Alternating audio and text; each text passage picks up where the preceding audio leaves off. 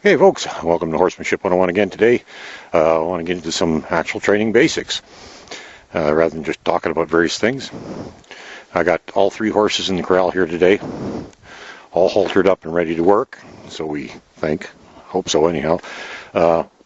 Three different levels of training, completely different personalities, and I'm going to show you a few things that are going to work on every horse, because I'm not going to give you extremely specific methods on how to do something, but I am going to show you some basic concepts that will work on every single horse. It has to do with pressure and release.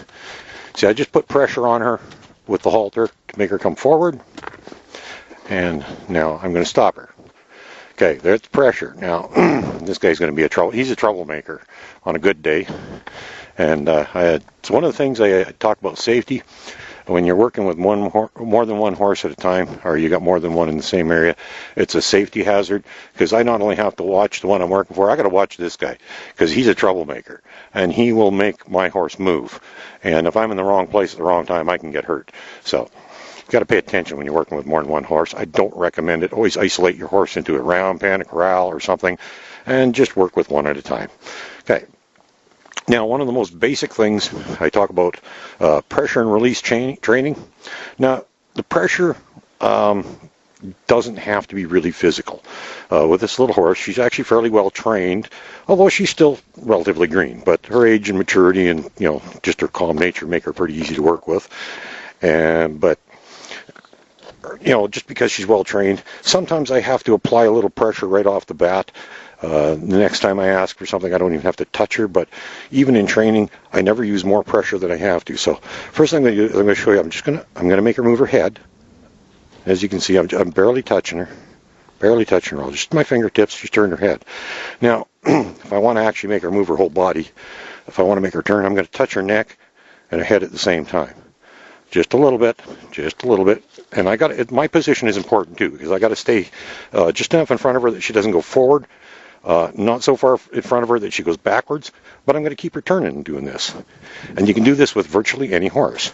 And as she gets softer, and I do this more with her, I don't even have to touch her. I can actually just hold my hands up and just, wave them beside her.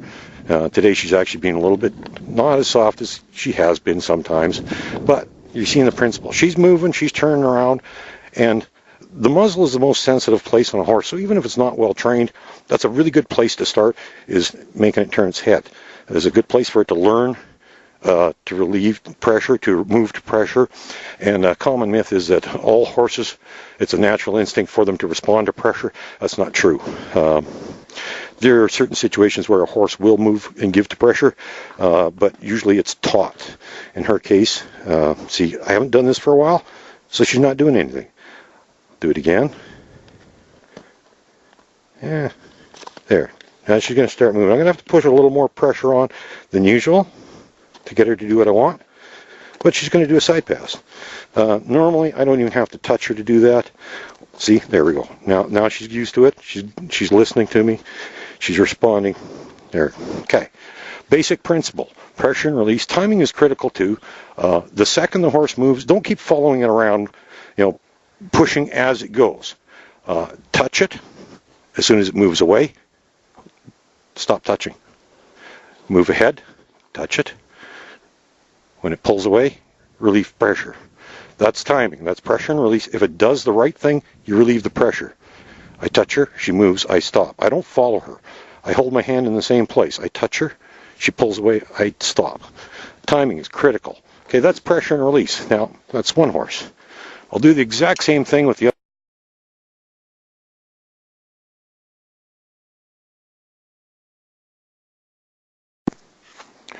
Okay, on to the next horse now. Got him lead on his halter.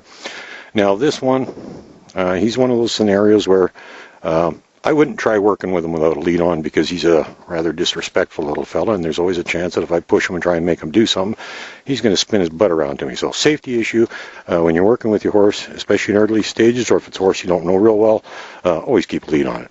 Okay, I'm going to do the exact same thing with him. As you can see, he's going to move away from my fingertips. All I got to do is touch him.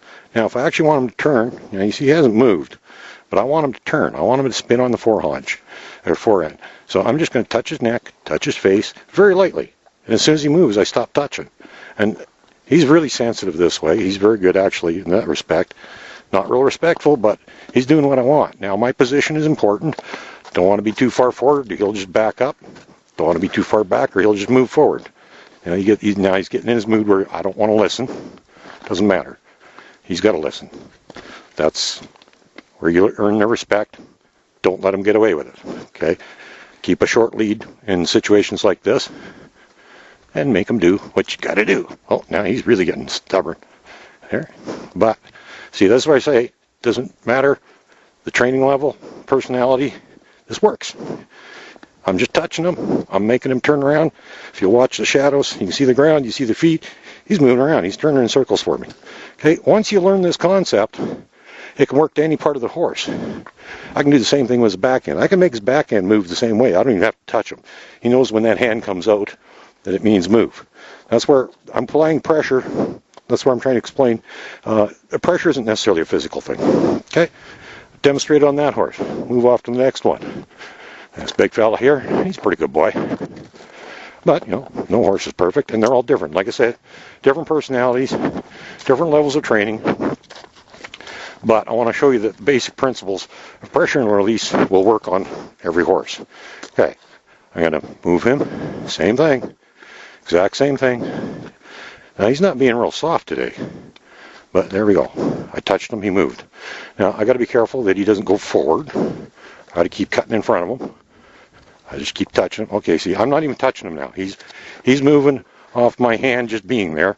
I'm giving him the signal. I'm putting pressure on him with my hand without actually touching him. This time I got to touch him. But the more I do it, the more he's going to move just off the pressure that I apply without actually even being physically touching him. Okay? Now you seeing this? He's moving. He's turning. Now, my position is important because, like I said, if I'm too far back and I try making a move, he's just going to go ahead. If I'm too far forward, he'll just back up. But, again, same thing. I can make a move without even touching him. This is pressure and release, and this works on every horse. Now, don't get discouraged if it doesn't work immediately on your horse. Not every horse. Like I said, horses have to be trained to respond to pressure. It's not something that's completely instinctual. In many cases it is, but it's not a given. Okay, they actually have to learn. The first time you want the horse to move his back end over, you might actually have to push fairly hard before they get the message. But don't use any more force than necessary.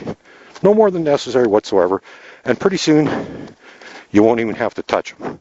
You just have to put your hand up there, and they'll move. Come on. Just touch him. There we go. He's moving. I'm keeping pressure on him, and he's still moving. Okay, you see how this works? It's not about forcing. There's no force involved.